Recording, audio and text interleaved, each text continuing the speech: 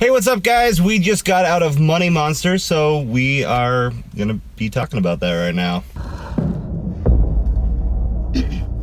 Anyone who can get out right now. Do not look up. Do not make eye contact. Just go. Lee, stay calm. I'm right here. What's up, guys? Tech and Kojak here. Like we said, we just watched Money Monster starring George Clooney and Julia Roberts. And Jack O'Connell. Yeah. And Jack, right? Yep, yeah. Jack O'Connell. And we weren't sure which movie to see this week. We had this or The Darkness. The Darkness, which is from the kid that was in Gotham, or in the TV series Gotham. Yeah. I don't know if you watched much of that at all. No, not really. I'd like to catch up on it. Good actor. But we decided to go to this one, and we're not disappointed about it, actually. Not at all. Not at all. No. We didn't know till the end credits that Jodie Foster is who directed this. And she hasn't directed too much. What were the two movies that you said? She directed Little Man Tate and Home for the Holidays, and then like one other movie and some TV episodes, including something for one episode of House of Cards. Okay. And a couple episodes of Orange is the New Black? Yeah. Okay. Yeah. And I guess you had made a video that involved this movie at one point, right? No. Or did you just see the trailer and knew it was Jodie Foster? I saw that. I forgot that Jodie, because this trailer came out a while ago, and I was like, oh, Jodie Foster directed something, and I saw the trailer, and I had forgotten at that point. Yeah. Once the credits hit and I saw that, I was like, no way. Yeah.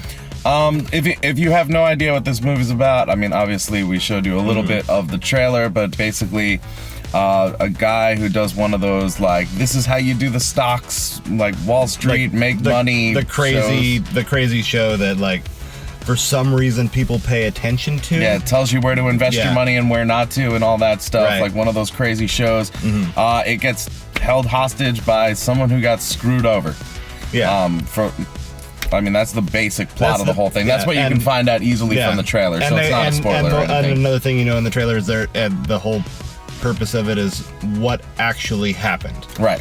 And that's not really giving much away, and that's what we went into the movie with, and it got dark, it got deep, it got intense.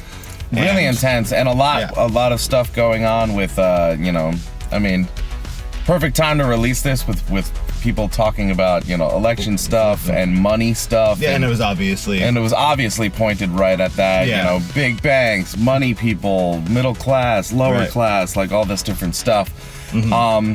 But we didn't know what to expect when we walked in, and this is a really well directed, really well acted film, and kudos to Jack O'Connell. He's right? I mean, well, you have Julia Roberts and George Clooney, and two huge powerhouses. I mean, they're so good. And he managed to basically just take scenes away from them, which shouldn't be possible. He was really good, and we were so like, who is this guy, that we looked it up, and he's been in some stuff, but the only thing I really recognized him from was he was in the British show Skins. Okay. Which I believe ended up being on MTV, like redone on MTV as an American show. Is that where because I recognize it, but I don't know anything about that. And he doesn't have a lot of credits to begin with. And if you've never seen Skins, it's actually a really good show. But I mean, this kid can act. He's really good, and this is definitely going to be a jumping off point for him for sure. He's on his way to doing really, really big stuff. People are going to notice him now, especially how he was able to perform with these guys. Yeah. One of my personal favorite things about the movie, and again, this doesn't give anything away, we try not to spoil things for you, is that they cut to people in different places, different scenarios, etc. That you don't find out why they are important to the plot until later. Right. And I thought that was really cool. You're just like, why are you showing me them? why are you showing me them? Yeah. Why are you showing me them? And they don't. It just felt like B-roll for a while, but then it made sense. And there wasn't a lot of like mess or like extraneous stuff. They did a very good job at cutting what they needed into the film to give it the breaks it needs, to give it the intensity that it needs. I just thought it was really cool to show you like these things with no explanation, and you're like, what's that for? And then later on they reveal what it's for, and you're like, awesome, you know? I would have thought that Jodie Foster could direct. I had no idea she had done anything. Well, I mean, I didn't realize that she directed Little Man Tate, but Little Man Tate is an awesome movie. If you've never seen it, it's a very, very good movie. She stars in it and one of those directed people it. who hasn't seen it. And Home for the Holidays was also a good movie. I think that Little Man Tate is a better movie, but also a good movie. Well, I know what I'll be watching when I have free time. Which is never. Yeah, this time next year. I will watch that movie. So that was really good. I mean, the pacing of the movie is really good. The acting is really good, even from the supporting characters, like the smaller characters. What's the woman's name? I can't pronounce. You looked it up? Do you remember her name? It's Catriona Balfe. She's from Super 8. She was really good. I'm probably butchering her name, but she was very good. But you tried, so A for effort. But there were also some really small characters, people that we have no idea who they are, but they just, I mean, they played very small roles, but they did them really well. And the camera crew? Like the camera crew.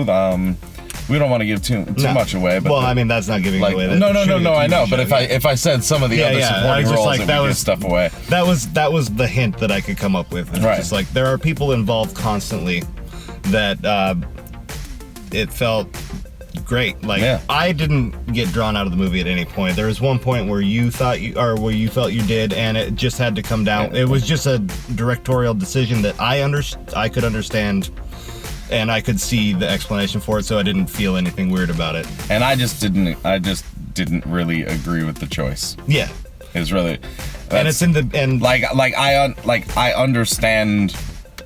I understand the choice that was made, but I just didn't agree with it.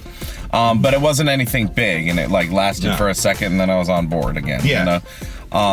But I mean, even all the way into the ending, the way they did everything, like it was interesting because it wasn't overly preachy, right? Which was cool. Yeah, it wasn't. I didn't feel any kind of like preachy to it. Yeah, I didn't feel preached at all. I didn't feel like there was a like.